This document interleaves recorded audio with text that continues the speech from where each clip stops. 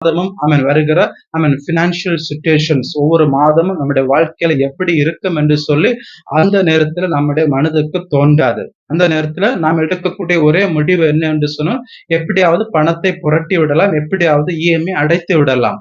2,500 தானே, எவ்வளவோ செலவு பண்றோம். இந்த இவ்வளவு ரூபாயும் செலவு பண்ணுவது என்பது ஒரு சின்ன விஷயம்தான் என்று சொல்லி அவர்கள் மனதிலே நிர்ணயம் பண்ணி கொள்வார்கள். ஆனால் அவர்கள் நினைத்ததுபடி நடப்பது கிடையாது. அவர்கள் இப்படி நினைத்துக் கொண்டு அந்த இஎம்ஐயில் பொருட்கள் ஏதோ ஒரு பொருட்களை வாங்குவார்கள்.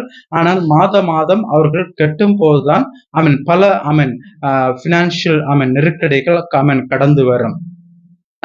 பல மாதத்துல நாம் நினைக்கிறபடி காசு நம்முடைய கையில வருவது கிடையாது. பல வீணான செலவுகள் நம்முடைய வாழ்க்கையில கடந்து வரும். நாம் 2ஆம் தேதி நமக்கு